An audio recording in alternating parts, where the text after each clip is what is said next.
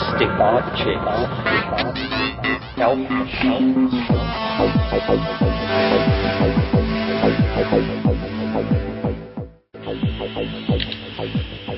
Greetings from Cyberdelic Space. This is Lorenzo, and I'm your host here in the Psychedelic Salon.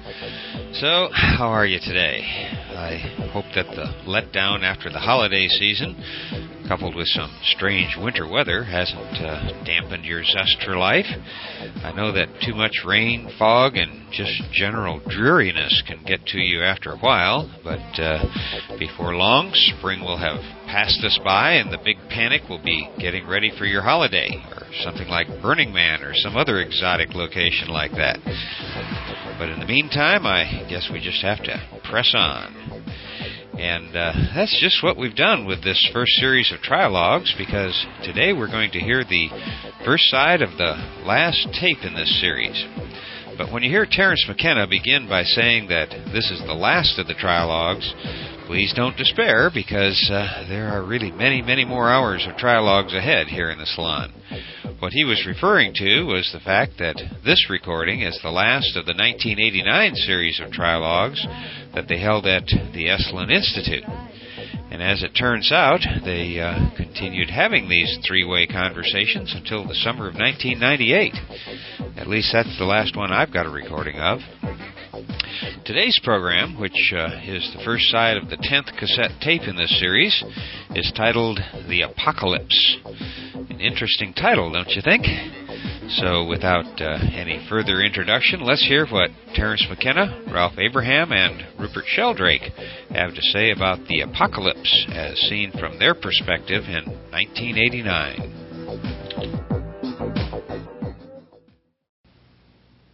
Well, we've reached the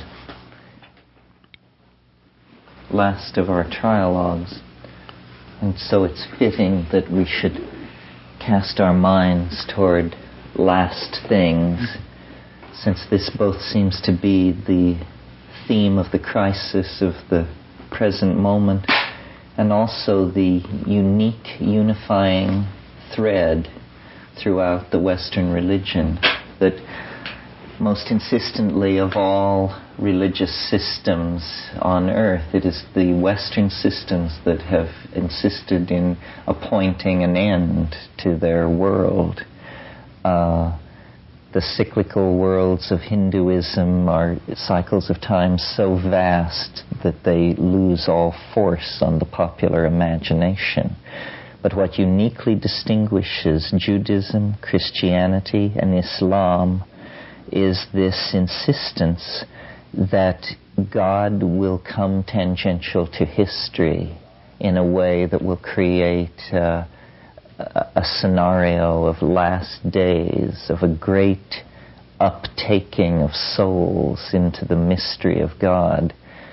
This idea, which is called apocalyptic in its more catastrophic version, and millenarian in its more pastoral version, is the idea that is the necessary correlative to the concept of Eden and the unique moment of man's creation by God. If man's creation occurred at a unique moment in the history of the universe, then presumably after the expiation of the sin of Eden, God will gather man once again into the mystery. So this idea, which when encountered outside the religious framework in individuals, in a secular or desacralized vocabulary, is labeled pathology. The expectation of imminent transformation of the environment with the individual somehow playing a central role, this recognized pathological symptom in the individual is nevertheless the driving force behind much of our own civilization. We, as educated rationalists, the most rational 5% of society, in spite of our pretensions to intellectual revolution, we are far, I believe, from feeling the real force of what this is. But at the folkloric level, the attractor of the end of the world is very strong. And you may recall some 5 years ago, the Secretary of the Interior was asked why he wasn't saving more of America's forests. And he replied that since Jesus was coming, he saw no reason to save the forests because the end of the world was imminent. So I find this thinking very interesting, and I have personally certainly experienced its power. What is this intuition of the end of the world? And now that we're beginning to gather more data, that science is actually beginning to pay back on the promises made in the 18th century and give us a complete and deep description of at least the physical and astronomical universe, what we're seeing is a highly chaotic domain. There isn't a stable body in the solar system that isn't deeply pockmarked with asteroidal impact, from the inner planets to the moons of the gas giants. There is tremendous visual evidence of catastrophic episodes throughout the history of the solar system. So we discussed in another meeting inconsistencies in nuclear theory with the output of neutrinos from the sun. Is there a problem there? Human history itself, to my mind, can be seen as a kind of shock wave attendant upon the eschatology. That if we were to imagine for a moment that God or a super transmundane mind were to enter into the ordinary biological and evolutionary life of a planet, then I think we would have to agree that there would be some kind of shockwave of anticipation, some kind of sense of the imminence of the disruption of ordinary events before it was, in fact, imminent. And this very brief period which we have experienced over the past 20,000 years is this thing, I believe. And these religions, which have anticipated this thing in this rather crude end of the world scenario, are somehow on to something that is, I think, a message coming from the biological level, if you will, about the inherent instability of the world. Ralph's models and Prigoghine's models and all this has established the role of the unexpected perturbation in the creation of the cosmos, but I don't think we've quite factored it into our day-to-day model of what's going on. One of the startling things that I find when I look back on my own life of slightly more than 40 years is the number of things that have happened in my life that we were told would never happen. I mean, I have seen presidents assassinated, human beings landed on the moon, robots to Mars, all of these high improbabilities in a single lifespan, which we all share. So I think that we're sort of on automatic pilot with our assumptions that in spite of all our theory making, we are living in basically a probabilistic, synchronistically flattened universal plane. What if the urgency and the uniqueness of the human historical moment actually signaled yet more urgent and even more exotic moments to come, and that we are somehow witness to a major phase transition in the career of self-reflecting bios in the universe, and that for us it's the end of the world. But, this is a meaningless phrase. It's simply a complete systemic reorganization on the scale of metamorphosis in Lepidoptera. It's just a complete meltdown of the previous world system, and then a recasting at the behest of higher mind, Gaian mind, the world soul. It isn't clear, but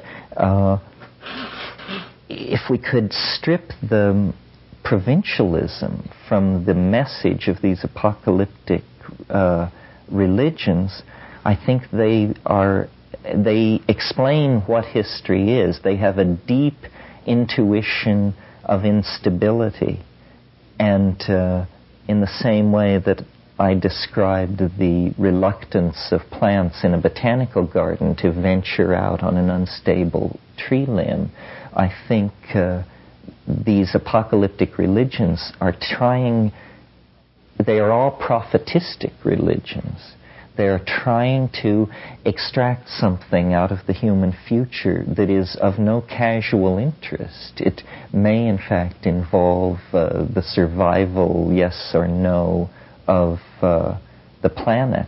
So I'm interested in ideas like that the transcendental object is somehow leaking information back into the past at a 3% rate or something like that, that shamans and mystics and psychedelic travelers are in fact getting a very incomplete, low-grade signal about this event that is, I think, based on what we talked about last night, somehow built into the structure of space and time, that the presence of our minds indicates that we are very near this enormous concressing singularity.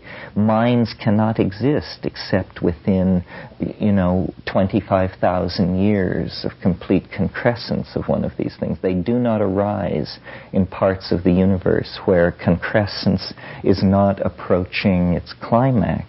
So, I don't really know the relevance of all this for theory making. If in fact the concrescence is upon us, then really all we can do is chat about it as it comes down around our ears over the next 25 years. And we are in such a tidal grip of the field that it really doesn't matter. We can only observe it, having the meager satisfaction that we made a amusing model of it.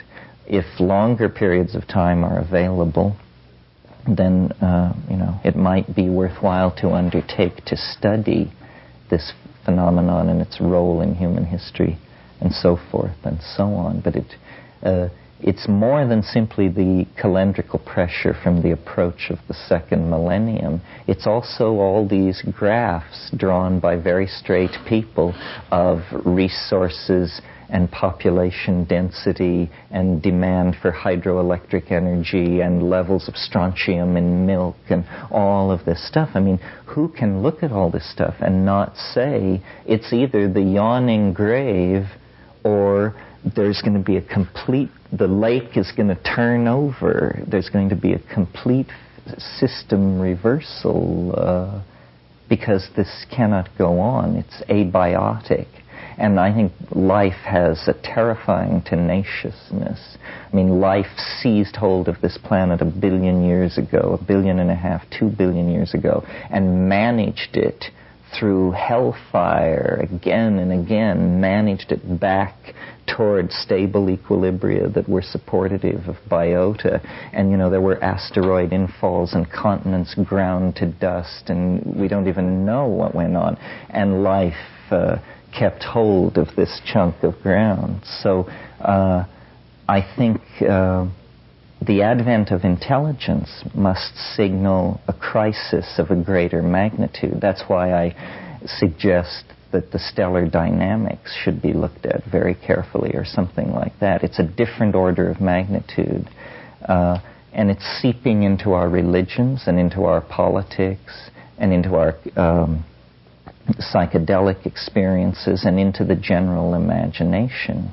I think we're standing on the lip of a hyperdimensional volcano of some sort toward which all history is being poured at a great rate.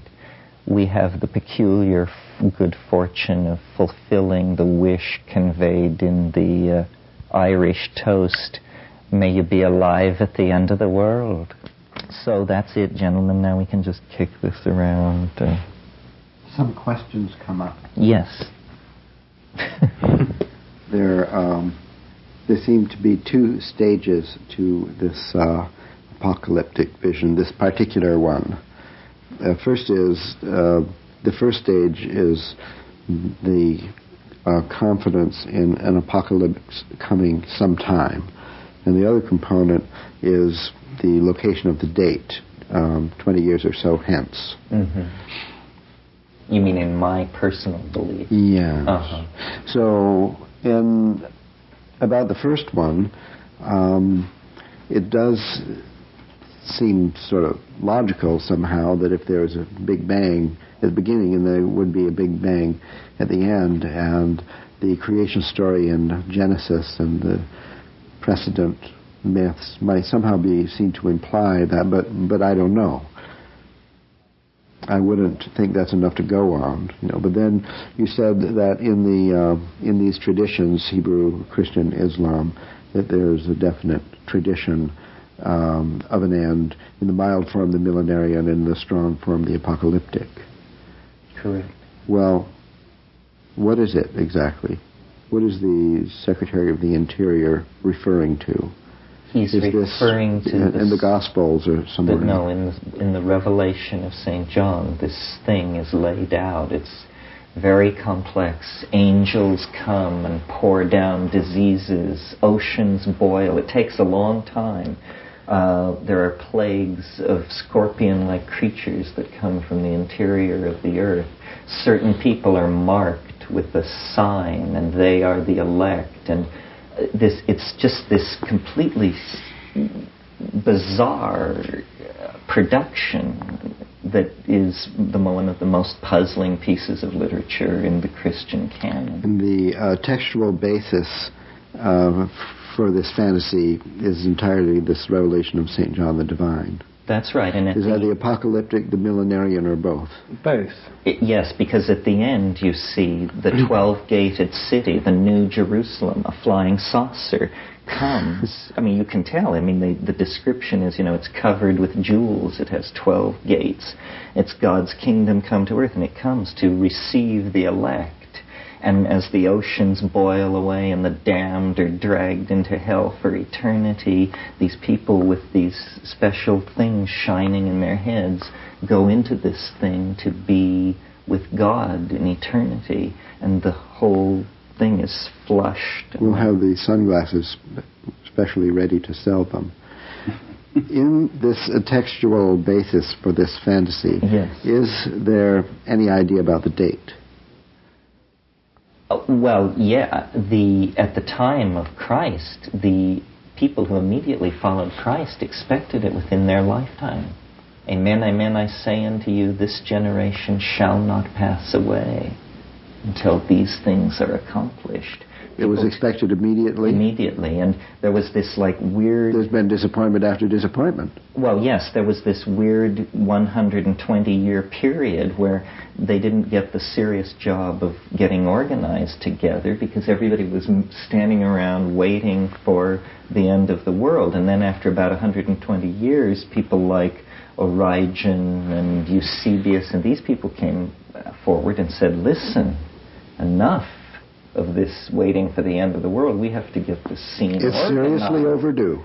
Yes, let's get organized and get our hands on some real estate. Now that it's so seriously overdue and people have been disappointed time after time, yes, I would think that the force of the prophecy has declined. In any case, I just want to ask you this. Have you any way of guessing why the Secretary of the Interior thought that the end was coming imminently? I know why you think so. Oh, yes, because there are all these fundamentalist cults in the United States, some whose adherents number in the tens of millions who believe that, that it's happening, that it's underway. I mean, within the spectrum of Christian belief, you can go with the Seventh-day Adventists who hold the most extreme position, which is that it occurred in 1847.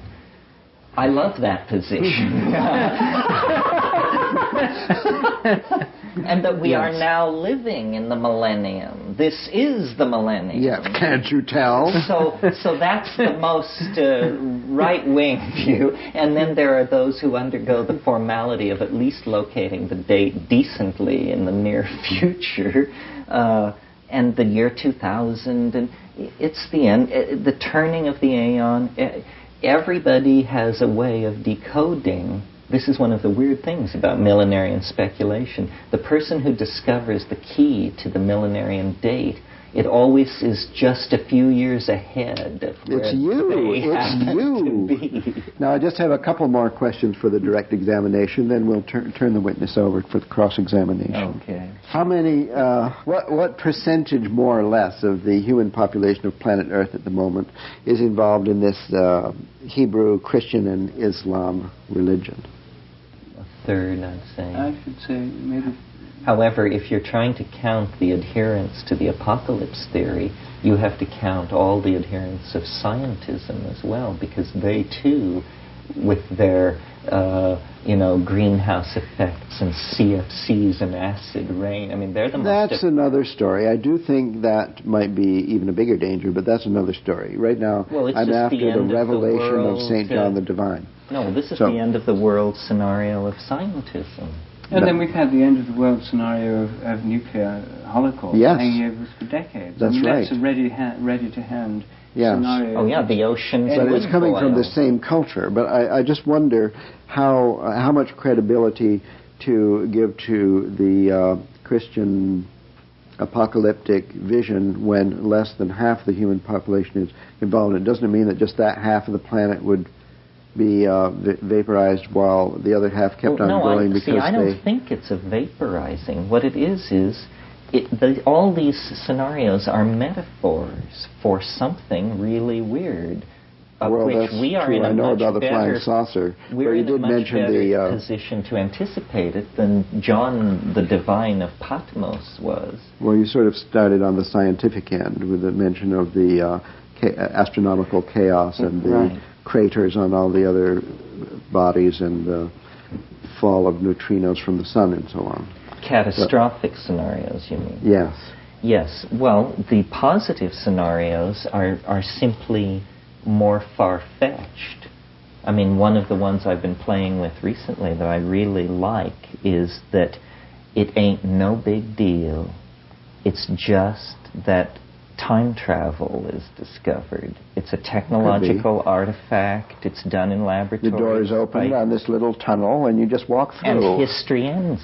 History ends. Just bang, it ends. And that's the end of history. And people look back at it the way you look back at the Pueblos or something and say, people used to live like that in linear time.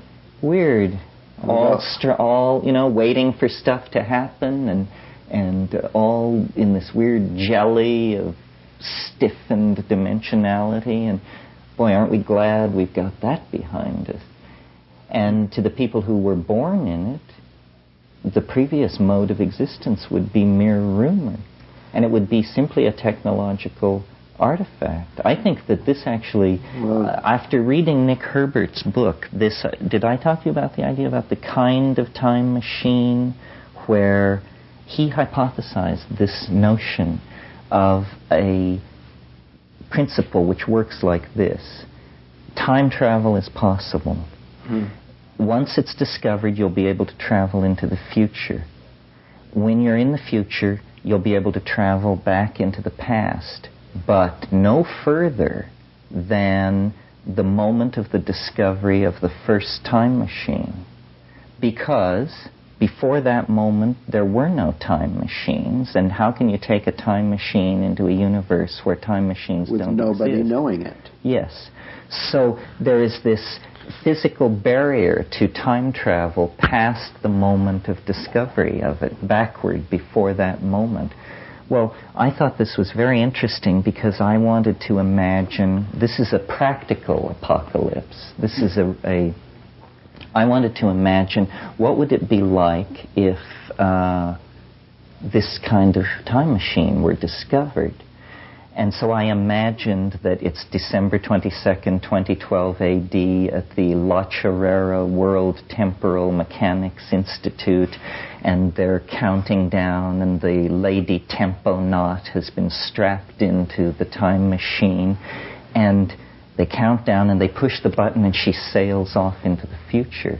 Now the interesting question is, what happens right there in the next moment? Millions of people arrive from a more populated part of the universe. Millions of time machines arrive from all possible little parts capsules, of the future. Sneaking through the bushes, pretending they were there all the time, asking for groceries. Exactly, to see the moment, this historic moment, the first time travel, which defines the barrier as far as you can go in your time machine. And people say to each other, have you been to the edge? It's 35,000 years from here. Have you been back and seen the Abraham machine take off?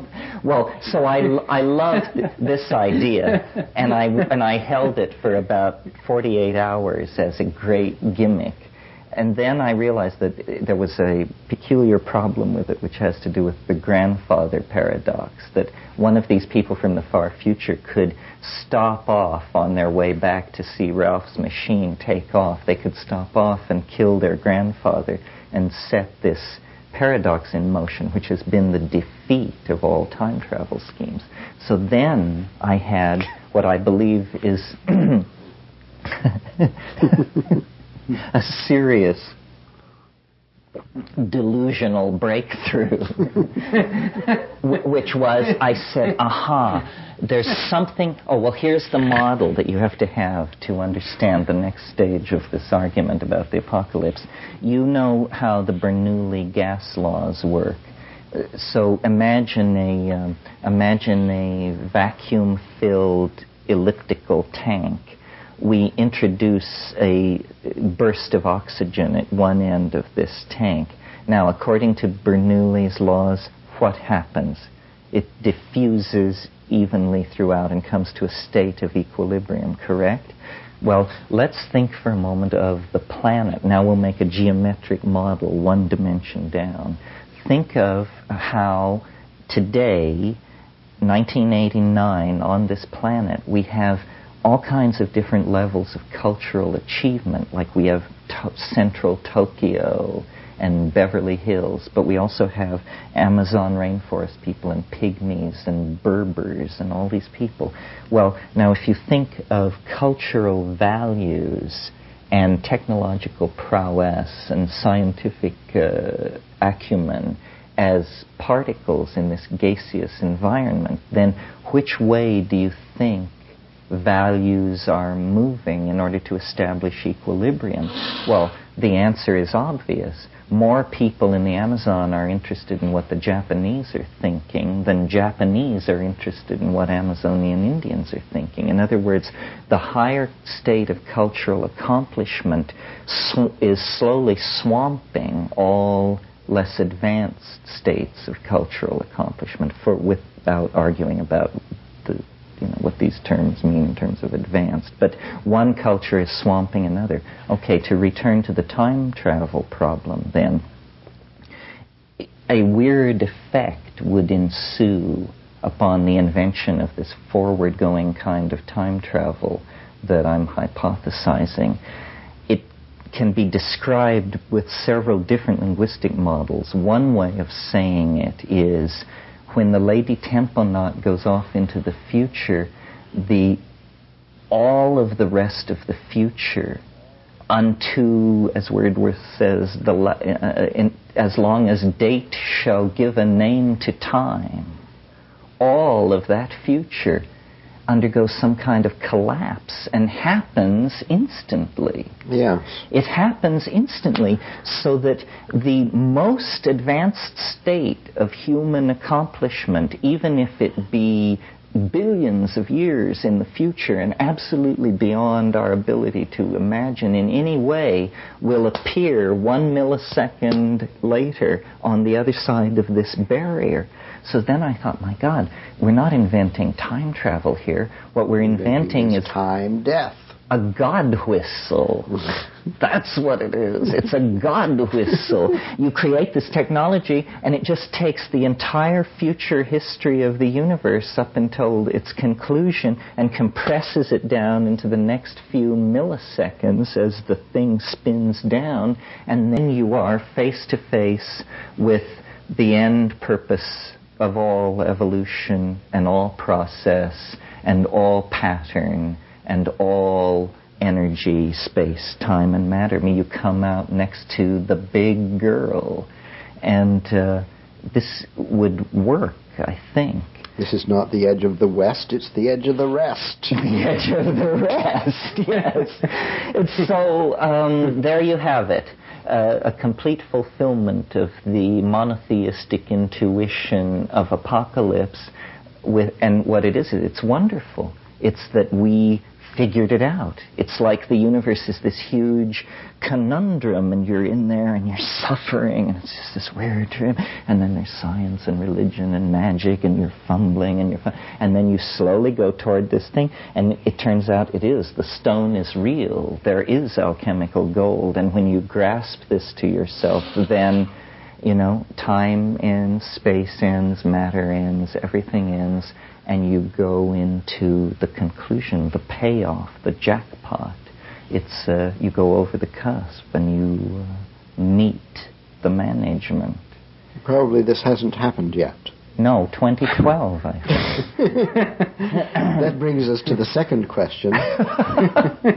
As to this 2012, as already discussed, there were different alternatives in the interpretation of this date as based on the time wave by itself, such as a reflection point of zero novelty and so on. So I think that this particular apocalyptic fantasy of yours is actually a syncretism between the apocalyptic paranoia on the one hand and the time wave on the other hand. Because even if one is convinced of apocalypse but not knowing when, it's not necessary to associate it to the year 2012. No, it certainly isn't. It isn't necessary to associate it with that. That's a more, you enter into the slippery realm of human judgment and data fields and this and that. The fact that it fits it so well, and that without the time wave, there is all this millenarian and apocalyptic pressure because of the turn of the millennium, seems pretty suggestive to me. The Mayan thing is another coincidence. I mean, really, the Mayans and the Christians were within 12 years of each other in a way, if you take the year 2000. We have the coincidence of several sacred documents. Yes. The revelation of St. John the Divine. Yes.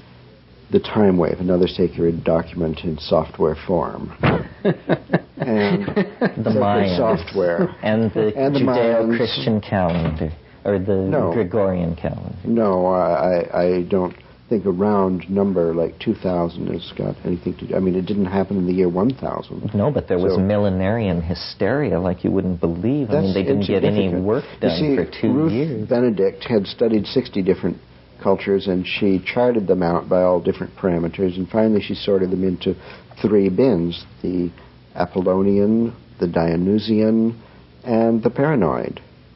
Now, it just happens that a paranoid culture, having this paranoid religion, or at least with a paranoid element in it, contributed by St. John the Divine, happened to get these extraordinary technical powers which are great generators of toxicity and so on. Well, the term paranoid is designed to make you not like it. The implicit point of view in calling it paranoid is one of scientism. having been called paranoid, I know that this is what they do. If you're labeled this, nobody's going to look into it. It makes the implicit assumption that there's nothing to be paranoid about. Yet, in fact, we live in a very peculiar and dynamic and unsteady universe, and it's very important to us as creatures to have stability, equilibrium, and evenness of conditions. So to argue it isn't paranoia, it may well, in fact, be a sensitivity to the... They always say that. Yes, that's fine, but the fact is, from my point of view, I mean, I'm just a person hanging around here. I've never read the Revelation of St. John the Divine. Maybe I will, or maybe I won't. If I do read it, I certainly don't believe that it's any kind of document with any credibility.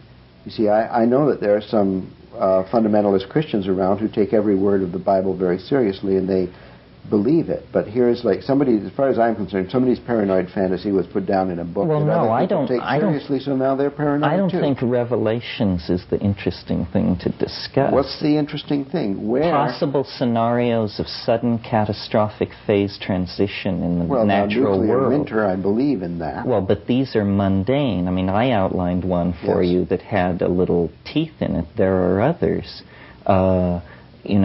Collision, this thing we talked about where the matter and antimatter universes collide and leave a photonic shell under the aegis of a new physics. Well, that's like scheduled for 5 billion years hence. Hard to get or excited tomorrow. about. There is no way to predict when such a thing would happen, and the notion that it's far away. You see, the presence of minds is the signifier of nearby singularity. But it's totally hypothetical anyway. It's just a model. That idea that minds signify the nearby approach of a singularity? No, the universe and the anti-universe in the synchroclash. Oh, yeah, I know, but you can put 20 or 30 of these things. There are all kinds of... I think the asteroid collision, a comet, that's likely. There was a near pass recently. I think it was last month. Oh, yes, and did you see when it's coming back? 2012. And it's going to come closer. That's the last song. Now I believe it myself. I clipped it out of Astronomy magazine. I knew people would doubt. They said, exact computation is impossible, but late in 2012. No, but the author was some fan of yours. No, it was Astronomy magazine. It was a Lick Observatory or something. All right. I'm ready to admit that there are a number of coincidences about the year 2012, and some of them are ominous. Well, I'm very hopeful, and I lead the movement. Any credibility to St. John the Divine? No, I don't give zero. St. John the Divine any credibility, except that... The only thing is that from the morphogenetic field point of view, there's quite a number of people believing St. John the Divine. Now, that I have to take seriously. He felt a quaking in the force, that's all. But it's up to cooler heads to figure out what this quaking of the force is. We have much better techniques than John the Divine. See, nuclear winter is much more likely than any of these other things we discussed. Well, but see, I don't think a nuclear war is likely. But without a nuclear war, just with continued toxification, CO2 outgassing, CFCs, this and that, the scenario is totally apocalyptic. See, I think we are facing a serious ecological crisis, an evolutionary challenge of unprecedented. James Lovelock. If we don't have a miracle every day, we're not going to make the present extinction is one of the 8th largest catastrophes of the planet in its lifetime. So far. So and so that's happening now. Like we are in something that big. It's not big. To be the biggest one, it'd be the apocalypse. Well, that's why you don't need John the Divine to tell you that there's an apocalypse underway. The scientists... But it may not be a fatal one because there's not a prophecy with any credibility to me that says there isn't some way to make it through. Although I have to admit I'm extremely doubtful of the intelligence of the species to find Well, it depends on what's causing the problem. If you think man is the problem... Man is the problem. Well, what about this sudden appearance of large and repeated glaciations in the last 5 million years? This indicates either something is wrong with the sun or the geodynamics of the planet. There never were glaciers before. No, there never were glaciers before. Glaciers are new in the life of the Earth. They're not something that you see back and back and back. And all parameters of planetary stability become more and more unstable as you approach the present. Now, is that just that the older a planet is... We're hovering in a field of chaos, yes. Well... So maybe man is the problem, or maybe human beings are the answer. Well, the Earth could zip off its orbit and head out to space. That's a possibility. But it does seem to me that the ecological catastrophe is the appropriate interpretation of the apocalyptic vision at the present time.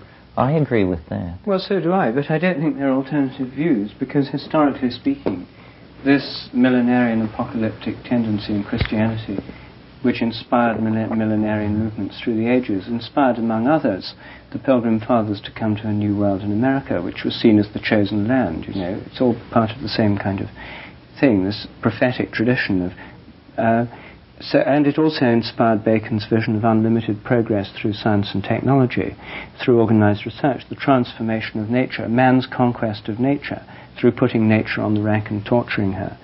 This man's dominion over nature was there in order to bring about a kind of millenarian state, a technological utopia, the first technological utopia, where there'd be peace and prosperity, and there'd be these wise scientist priest figures running everything and always finding out ways to make things better. So it was the idea of a kind of new Eden, or a new promised land flowing with milk and honey, material abundance, etc., through the scientific control and conquest of nature. Well, it's that scenario which is now causing the economic catastrophes. That scenario has actually worked. And there's a sense in which the apocalyptic scenario we find ourselves in is a product of the apocalyptic myth of history. Yes, good point. So it's, in a sense, a self-fulfilling prophecy. Yes. And I think that the tendency of the myths of science have an interesting dynamic, because they start with the Faust myths, where Faust sells his soul to the devil in return for unlimited knowledge and power for a fixed period, 24 years. But when you get to the later development, at the end of the period, Faust is dragged down to hell, and then in Goethe's Faust, because he's an Enlightenment figure who believes in progress, Faust is actually taken up to heaven. He's rescued from the demons at the last minute. That all became implausible, and the modern form of the Faust myth was Mary Shelley's Frankenstein, where the scientist is destroyed by his own creation, no longer by any supernatural machinery. That the whole of the kind of supernatural machinery of Faust becomes natural destruction by his own monster in the case of Frankenstein. And it's obvious that the nuclear threat has a Frankenstein quality to it. And it's also obvious that the destruction of the environment, the ecological crisis, has this kind of mythological base, which is apocalyptic. Good point. Well, we have to do surgery on the mythological base due to the self-fulfilling prophecy mechanism that, while we don't understand it exactly, we see it working in history. So, in connection with revision of the religion of the West, I think one good thing would be a modification of the revelation of St. John, or relegation of it to another place. I mean, it has to be, I think, reinterpretation was the word you suggested. You mean you need to switch the vision onto anher track? Yes. Yes, well, yes, how can we control the self-fulfillment is out of control. So that even though the self-fulfilling part of it can't be stopped, it can be steered toward a tolerable conclusion? Well, first, one historical note, that the revelation of St. John the Divine is not a unique phenomenon in the Judeo-Christian tradition. it's in a succession of apocalyptic books which abounded around the time of Christ, because many people believed that the end was literally at hand. St. John the Baptist's message was, repent, for the end is at hand. It was a period very similar to our own, in the sense that the idea of the end being at hand was widely believed, only too credible to them, for whatever their reasons were.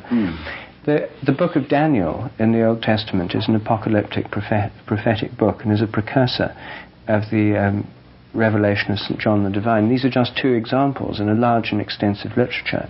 It pervades the teachings of Jesus, this apocalyptic sense of the changing of everything. So, where was I? About Daniel. Oh yes, Daniel. That it pervades the thing, and it comes very early on, because the promise of to Abraham, it starts with Abraham. God promises Abraham that he'll take him and his descendants to another land. He'll give them a land. There's a promise of a land where wonderful things will happen. Abraham's children shall be as the sands of the sea, and he shall be the father of many nations. And these are promises about things that haven't happened but will happen. And through faith in these promises, history is made. And there's a passage in the 11th chapter of the Epistle to the Hebrews, which is in the New Testament, a doctrine to Jewish Christians. And there's a whole sermon on faith, how the entire motor of history for the Jewish people was this faith in what they hadn't yet seen. Faith is the substance of things hoped for, the passage begins. And by faith Abraham went out to find a strange land, not having seen it, or even glimpsed it afar off. By faith Moses led the people of Israel out of Egypt to the promised land. And then by faith Noah built the ark, knowing not for what or when. And so when the rains came, he'd already built this ark, and everyone else was drowned, and he and his family took off. All these things are done by faith, and it ends with this thing about how we are moving by faith towards a new state, a promised land. Because if we belong to the cities of the world as we know them, we'd go back to those cities, but we're moving onwards. And it ends with that famous passage, we are strangers and pilgrims in this land. So there's this sense of being on a journey through time towards some destiny in the future, which can be a different place, like America. The Pilgrim Fathers were inspired by this mythology to come to America and see in it a new promised land. It's inspired the migratory urges of the Northern Europeans for centuries now, this vision. And it's also inspired the attempt to change the world through science and technology, but it's so deeply rooted in the Judeo-Christian tradition that mere tampering with the book of Revelation won't make it go away. It's fundamental to the entire historical orientation of the religion. As I was listening to this talk with you just now, it dawned on me that none of the speakers had actually defined the word apocalypse. So I took a quick look in my dictionary and learned that the first definition of the word, at least according to the Oxford Dictionary, means revelation. And the second definition goes on to say that it especially means a revelation about the end of the world. So the question, at least for me, becomes, what do we mean by the end of the world? Are we talking about the physical end of this planet, or are we only really talking about the end of the human species, our world? And now that I say that out loud, it strikes me as rather presumptuous to call this place our world. We're certainly a part of this world, but to call it ours seems to be the root cause of how we got ourselves into this mess in the first place. But hey, you already know that. I guess I should refrain from preaching to the choir, at least for today, huh? So let's talk about some of the email I've been receiving. First of all, if you sent me an email message recently, you might have received one of those automatic replies asking you to verify that you're a real person and not a spammer. Now, I'm sorry to put you through this inconvenience, but before I turned on that feature, I was receiving close to 1,000 spams a day. And now most of that has gone away. But in the process, I accidentally deleted some of your email that the new procedure was filing in a folder that I thought was junk, but it really wasn't. The bottom line is that I've decided to sweep the decks clean and take the pressure off myself about answering all of the emails that have stacked up in the past few weeks. And if you're one of the more than 100 people who I've not answered yet, well, I truly am sorry about not replying personally to your messages, particularly because I get so much enjoyment out of hearing from you. But if I don't draw a line and try to go forward, my backlog is going to continue growing, and I'm going to keep losing sleep at night by feeling guilty about not answering you. So I'll try to do a better job at responding from here on out, and when time permits, I'll also read a sampling of the thoughtful comments that I've been receiving. Like the one I got the other day from Steve, who writes from South Africa and says, "What caught my ear was the concept of the underground university. Since we are kind of involved in education and designing edutainment programs, I have an idea.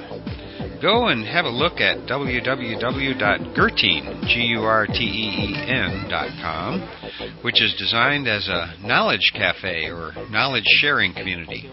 Maybe setting up something which allows members to make connections with each other in the underground university, a place where everyone is student and professor simultaneously. For our part, we have a life skills program that we'd be delighted to make available on such a system." Well, Steve, that's kind of you, and I do like the offer of setting up something that allows members to make connections with each other in a sort of an underground university kind of way. So if any of you knows of something like that already underway, please let me know and I'll pass it along. Or if you've got some ideas on how to do this as a part of the Psychedelic Salon, I'd also like to hear about it. I also received an interesting email from Connor, who writes from down under in Australia, and he wrote to say that he and his girlfriend have begun a podcast called Dictionary Psychedelica. And he went on to say that he is an 18-year-old who has just begun university and has become fairly disillusioned with a society that is manipulative and restrictive and often just plain stupid. And he continues, "Australia is a big continent. So we're trying to find some way to connect the Australian psychedelic community, and a podcast seems like it might offer just that." Well, I really applaud your efforts, Colin, and you bring up a point that several others have also mentioned, and that is how can we all continue to get ever more interconnected through a wide range of special interest podcasts like these. You know, almost every week somebody tells me about their new podcast, and I always go out and download an episode to check it out. And now, to be brutally honest, I can't say that some of the early programs would keep me coming back, but hey, that was true of the podcast from the Psychedelic Salon, and even though I still have this crummy old microphone and still don't quite know what I'm doing, they are getting slightly better. So I've decided that before I plug any new programs here in the salon, it might be best if you've already produced 8 or 10 shows so that the early learning kinks have been worked out and that you're sure you're going to keep podcasting on a regular schedule. But that said, if you want to check out the first couple episodes in Colin's new podcast, you can find it at dictionarypsychedelica.blogspot.com. And Colin finished his email by saying, "Do you know of any other good podcasts that look at the psychedelic world and consciousness expansion?" Well, as I've mentioned before, my current favorites are the programs on the Cannabis Podcast Network. And also, I think you might like some of the programs that KMO does over at the Sea Realm. And you can find links to these and a few others on our main podcast page, which is at matrixmasters.com/podcasts. Before I go, I should mention that this and all of the podcasts from the Psychedelic Salon are protected under the Creative Commons Attribution Non-Commercial Share-alike 2.5 license. And if you have any questions about that, you can click on the link at the bottom of the Psychedelic Salon webpage, which may be found at matrixmasters.com/podcasts. And if you still have questions, you can send them to me in an email at lorenzo@matrixmasters.com. Next week, I'll be back with the conclusion of today's Trialogue, and I'll also let you know what I'll be podcasting in the future and when I'll be podcasting some more of these Trialogues. Thanks again to Chateau Hayuk for letting us use your music here in the salon. And for now, this is Lorenzo, signing off from Cyberdelic Space. Be well, my friends.